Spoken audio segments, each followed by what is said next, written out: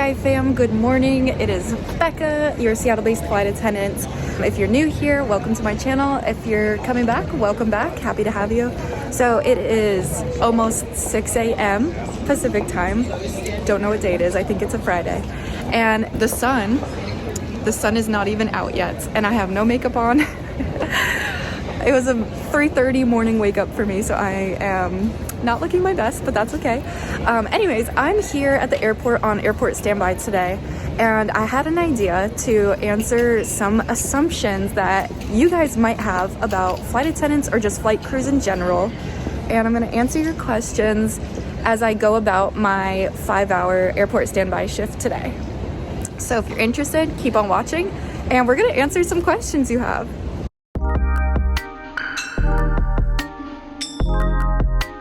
I just finished my first pre-board today, and a pre-board is basically when crew scheduling calls and someone on airport standby and says, hey, this crew member is running late for this flight and we need you to go ahead, go to the gate, do our safety pre-flight checks, and essentially be willing to work the flight. So I just did my first one. The crew was running a little behind, so I had to pre-board for one of the flight attendant positions, and they showed up. So done with that. And first assumption that passengers have told me is that they always think flight attendants are in a rush, or they see us and we're like hauling butt through the airport. And this one is true. Yes, I will say in my own experience, I am running either late or behind most times. And it's not what I want, but it's just what the reality and what happens. So are flight attendants always rushing? In my experience, I'm gonna say, yeah, that one can sometimes be true, because we have to check in at a certain time, we have to be at the gate at certain times, we have to be on the aircraft at certain times. So yes, like sometimes we are rushing. But that does not mean we are trying to be rude though. So if you see a flight attendant maybe like moving swiftly behind you in the airport, that is not us upset with you or anything. That is just us trying to get to where we need to be on time. Especially in our base airports where we probably know the airport pretty well. That is something you might encounter. So I'm gonna say, yeah, we are kind of in a rush most of the time.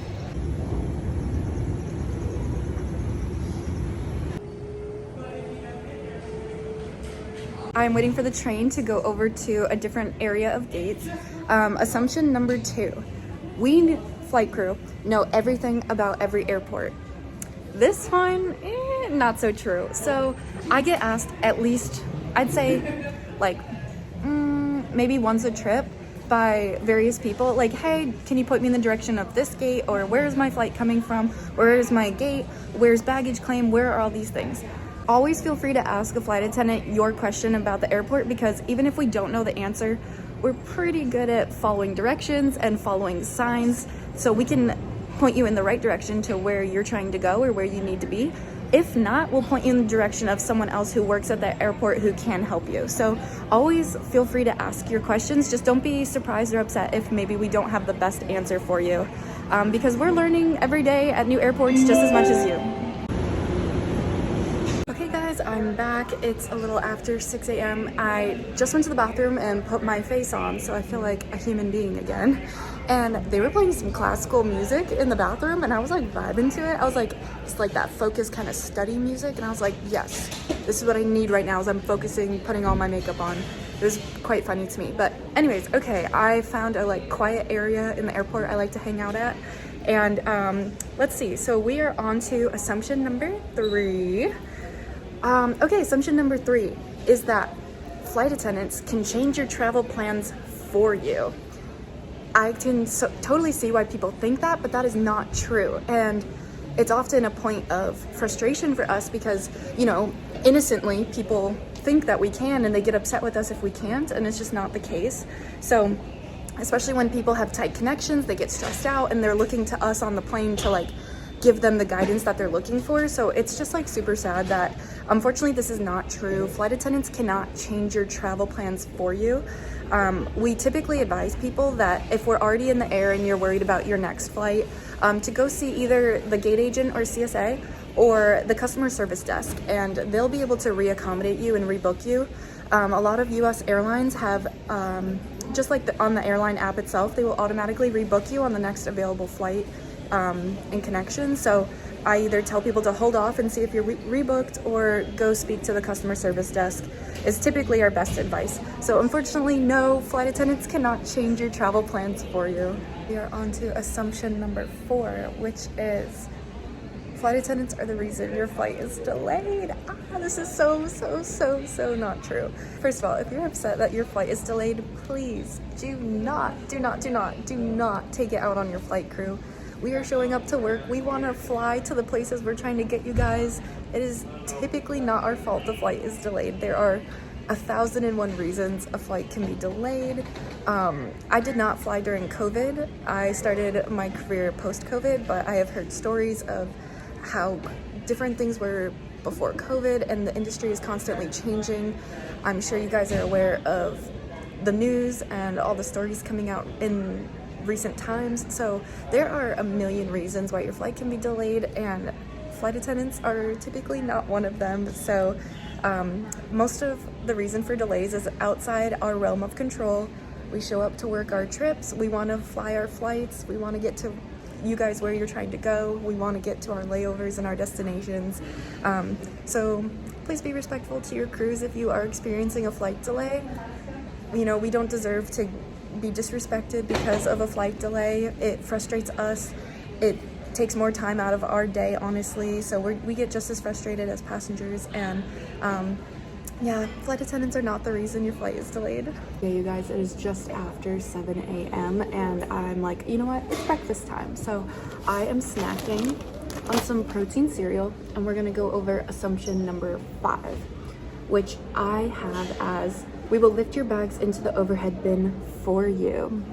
And this one's a doozy because it just makes sense. Like, you get on the plane and maybe you don't realize how big your luggage is, or it's too heavy, and you're like, shoot, I just got onto the plane. I'm rushing to find my seat. I've never been on the plane before, so I don't even know where I'm seated, and I can't get my bag up, blah, blah, blah. So it makes sense. Like, you think the flight attendant will help you. I totally understand this. But it is a big misconception, especially in recent times. So it's a contentious point for flight attendants because most US airlines do not pay flight attendants during the boarding process. So it's like, we're there, we're working, but it's not really paid time. That's not universal, it depends on the airline, but generally speaking, that is the case.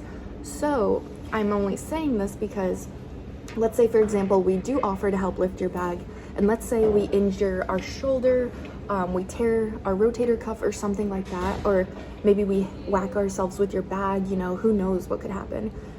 Since we are technically not paid at that point, and let's say we sustain an injury and we report it, we are not necessarily guaranteed workers' compensation for that potential injury. So a lot of flight attendants, we're looking out for ourselves, and we stay in our boarding positions because, God forbid something happened to us, we're just looking out for ourselves and our bodies, making sure that we can continue to work as this is our career. And if you think about it, if we lifted every bag on the flight, that's about upwards of 150 bags, and that's just one flight. So that would be a lot of lifting. And you know, I'm a strong girl, I work out. You guys see me work out sometimes. So it's not that we can't physically do it, it's just, it's in our benefit that we don't, and we are not actually required to. That being said, obviously some people do have a bag that they just can't lift. The best thing to do is to just phone a friend, ask someone you're traveling with to help you. If you're traveling solo, ask your neighbor. I'm sure your neighbor would be more than willing to help you out. Another very great option is gate checking your bag. If you're already at your seat and you realize your bag isn't gonna fit, or you just need some assistance, we can always just tag your bag and gate check it for you.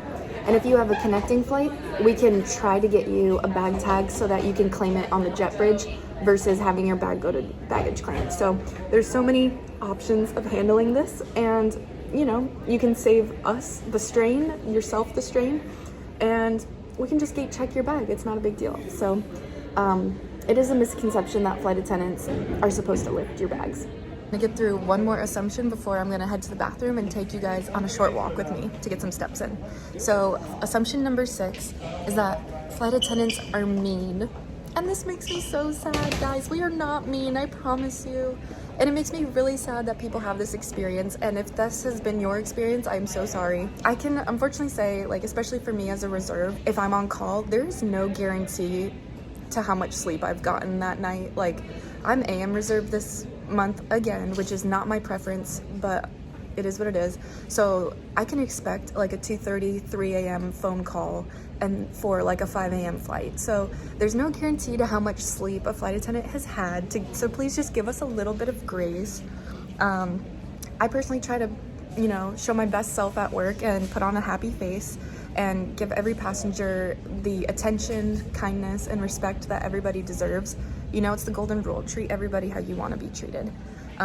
But unfortunately, in a single day, we are experiencing all kinds of people, and especially even on a single flight. And so it does take kind of an emotional toll. So I can understand, unfortunately, sometimes you don't get to see the best of a flight attendant, but it is important that we bring our best selves to work as much as possible. Golden rule, people, and I'm so sorry, but flight attendants are not mean.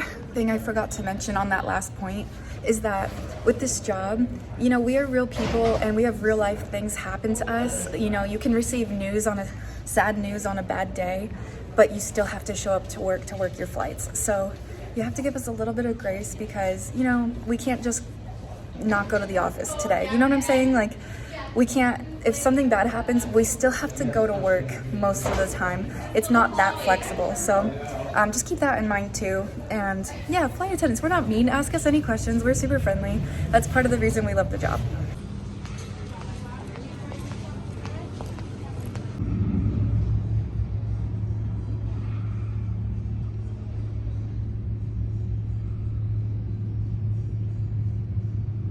I found a quiet spot at the airport for a little while where I'm gonna sit down and read some of my book for a little bit.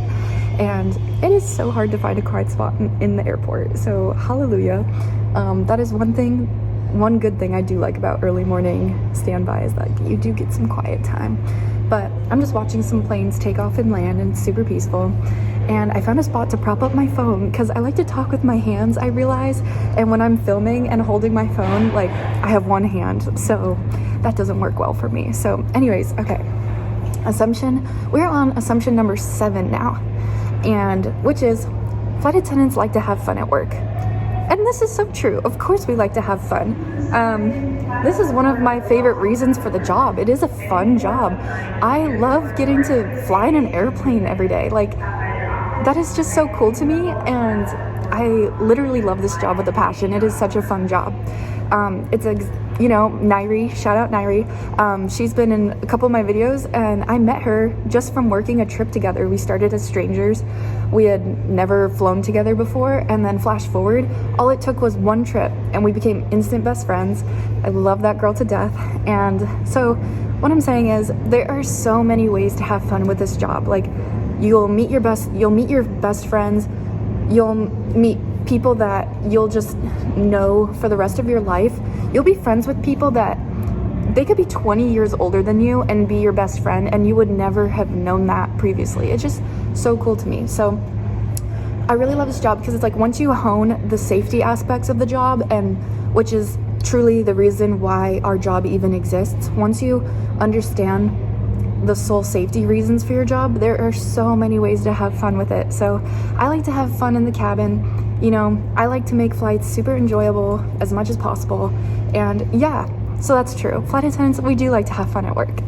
And while I'm here and it's quiet, I'm gonna do assumption number 8, which is the flight attendant call button is for purchasing more drinks. What do you guys think? Okay, this is a huge misconception. And when I say the flight attendant call button, I mean the attendant button that's located above your seat in what's called the PSU, the passenger service unit. And a lot of the times people just accidentally hit the flight attendant call button when they're looking for their reading light. I've been there, done that. I totally understand. So let's go over what the flight attendant call button is used for. So that button is typically used for emergency purposes because we need to be able to get to your seat as quickly as possible if, let's say, you or someone in your row is having a medical emergency. So And it's also for extremely urgent requests, you know, to prevent an emergency, or there's emergency or a major discomfort going on right now. So let's go over some reasons you should use, or when some situations where you should use your flight attendant call light. The first one being, let's say someone traveling in your group or in your row gets sick and you notice this, and maybe they're too sick to, you know, try to get help for themselves. Go ahead, ring that button as many times as you see fit. Like, we will get the memo, we hear the sound that chimes, and we will come see what the situation is and help out. Second, if you need a seatbelt extender, totally normal request. If maybe you feel shy once you board through the boarding door, or maybe it slips your mind, or you've never flown on this airline before and you've never sat in our seats, totally normal reason. If you need a seatbelt extender, let us know. We will gladly get you one. We have plenty on board. Also, if you're someone who needs assistance walking in the cabin, let us know. We'll give you our elbow, we'll give you our arm, we will guide you to the lavatory, or if you need us to grab your crutches for you if you just had a surgery, totally use that button. Let's go over some bad reasons to use your flight attendant call light, the no-no reasons. If you're asking for another drink, this is something where I don't know if it was like this, you know, decades ago, but that flight attendant call button is not to ask for more service. And if you do and you are asking for a drink, there's a really good chance the flight attendant's going to ask you to follow them to either the forward or back galley, because we do have drink limits per service. So flight attendants are aware of how many drinks we serve, and we do notice if people try to get the attention of different flight attendants to get more alcohol from different flight attendants. We do communicate this, so we are aware that this is something that happens. Another bad reason to use your call light, wondering if you'll miss your connection. Now, this one is more understandable because I get it. People panic, especially if you don't travel much and it stresses you out. I totally get this, but there's not much that we're going to be able to say to alleviate your concern. And if it's not an emergency and it's just a question, like, we can handle that on the ground. So try not to use your call button for that. Or asking if we can move your seat assignment.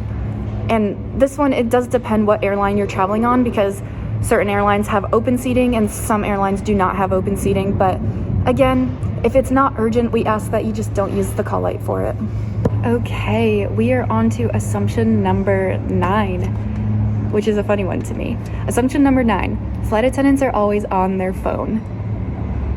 This one is funny to me. It is just funny to me because we have our personal phones, but we also have our work flight attendant devices, which, to my knowledge, all, if not most of them, are all iPhones. So, you know, technically we have 2 phones, and one of them is for work, where we will be on it during boarding because we are checking how much time we have until departure, until we need to close the door. We're checking how many passengers we have left aboard. We're checking in on our special passengers to make sure they're accommodated.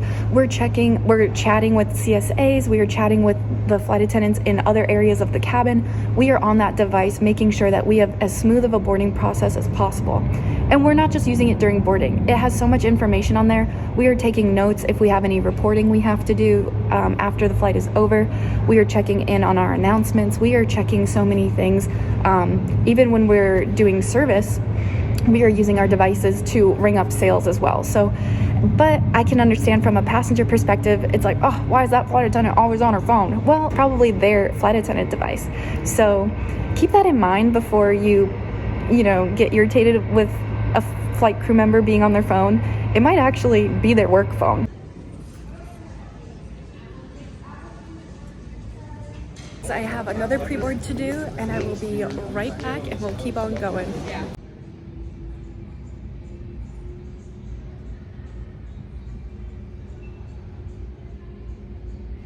I have the last assumption for you guys, assumption number 10, which is that flight attendants are always tired, which is true. I have yet to meet a flight attendant who is not tired and exhausted. Like, it can be like the first start of your day in the beginning of a trip, and you could have had a week off and you're still tired. I love this career. love it to pieces, but yes, it really is a physical job. It takes so much out of you mentally. We are constantly multitasking, and there's studies that are shown that multitasking is actually not very effective, but regardless, it is required of us. So we are constantly making snap decisions. We are constantly proactively looking for potential threats and how to mitigate them. We're looking at safety concerns. We are doing a lot. We are doing service. We are planning, preparing, delivering. There's so much that goes into it. But yes, we're always tired, you guys. I woke up at 3:30 this morning and I was drinking an energy drink by 4 a.m. And that might not be the healthiest thing for the average person, but flight attendants, we are just above average people, I guess. I don't know. I'm always tired. So yes, that one is really true. As always, thank you guys so much for hanging out with me today. If you enjoyed hanging out with me, consider hitting that subscribe button, the like button, sharing with any friends or family members who might enjoy my content. I would love to grow our Sky family even more. We are growing so fast. I'm enjoying every second of it. And take care, you guys. I will catch you guys in the next one. Bye.